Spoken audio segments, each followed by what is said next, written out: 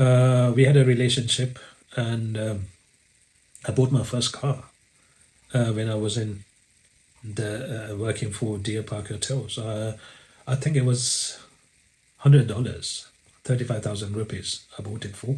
My mum gave some money to me. I can't remember how much she gave, but I bought my first car. I was really proud of myself, and I was driving it. I can remember driving at 100 miles an hour on from Anuradhapura to Giritale, and because the roads were not as packed as now back then, and the windows went like that, so making so much noise because they weren't as good. It was an old car, obviously, but anyway, that was back then. That was how it was. But I felt like a king having a car. Not many people had cars back then. That was the life there. Then the university time started. So I was about to go to the university. Before getting into the university, I also moved my job to Kandy, where I was born in. Now, I didn't like Giritale. I didn't like that area. So I moved to Kandy. There was a hotel, a newly built hotel called Earl's Regency Hotel by Earl Gunasekara. It was one of the ministers back then. And it was a 5-star hotel, and it was a luxury, good, lovely hotel. So I wanted to move there, and I worked there for a few months before I went to the university in Sri Javardhanapura, Colombo. So I was selected to the University of Sri Javardhanapura, and that's the best university for management students. So I wanted to study management. I was in the department of valuation, so I did valuation, estate management and valuation. That's why it was called. I didn't quite like it, but I didn't have a lot of options. So I went there to study for my BSc, but I still needed money. Now I am used to earning money. I'm used to spending money, so I needed money. I spoke to one of the manager who was at Earl's Regency, who was Paul's son. Paul's son, that's his name. It was a Chinese manager. He was the rooms division manager at Earl's Regency. He got me a job at Mount Lavinia Hotel in Colombo, in Gould, in Mount Lavinia in Colombo. There was another 5-star hotel. It was a really good hotel as well. So I worked there. I bought a bike for myself. It was a nice bike. So I rode from my university to work, Mount Lavinia Hotel, came back after work, and I went to rugby practices. I loved rugby.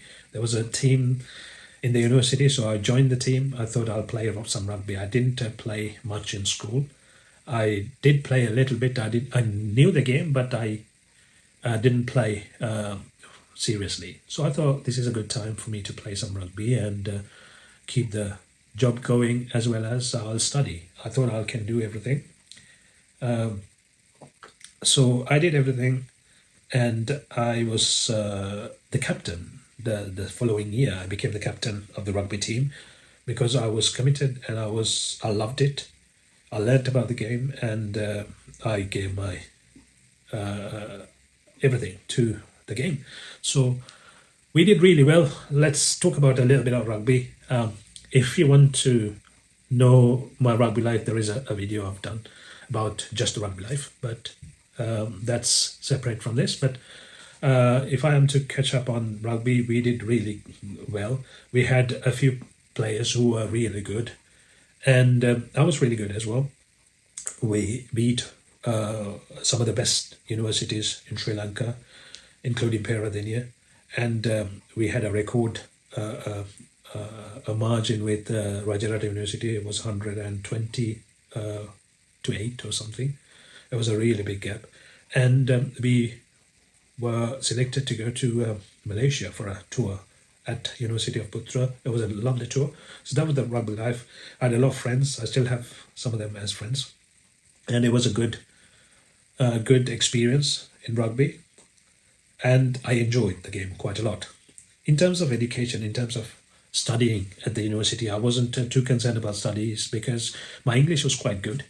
So at the end of the semester, when we had the exams, I could just manage to write something, and the other students were cramming. They were just putting all the efforts, but they couldn't put them into words in English because everything was taught in English, and you had to write the answers in English.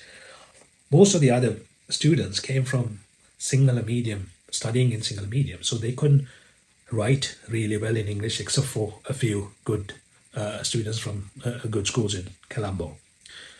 So I had a really big advantage, and I understood a textbook by reading once. But these people, the other students, had to, read a few times before they can understand what's on in the book. Anyway, so I had the advantage. I became batch second in the first year, and not many people liked me. They hated me for some reason because I was the rugby captain. I was working. I never went to a lecture, and the university lecturers didn't like me either because they want to see you all the time. They want you to be there, do the work, not just come for the exams and get good marks. And they had to give me good marks because I was writing well. Anyway, that was being there on the side. In one of the exams, we were just, I had a paper with me, I had some short notes with me, and I got caught copying.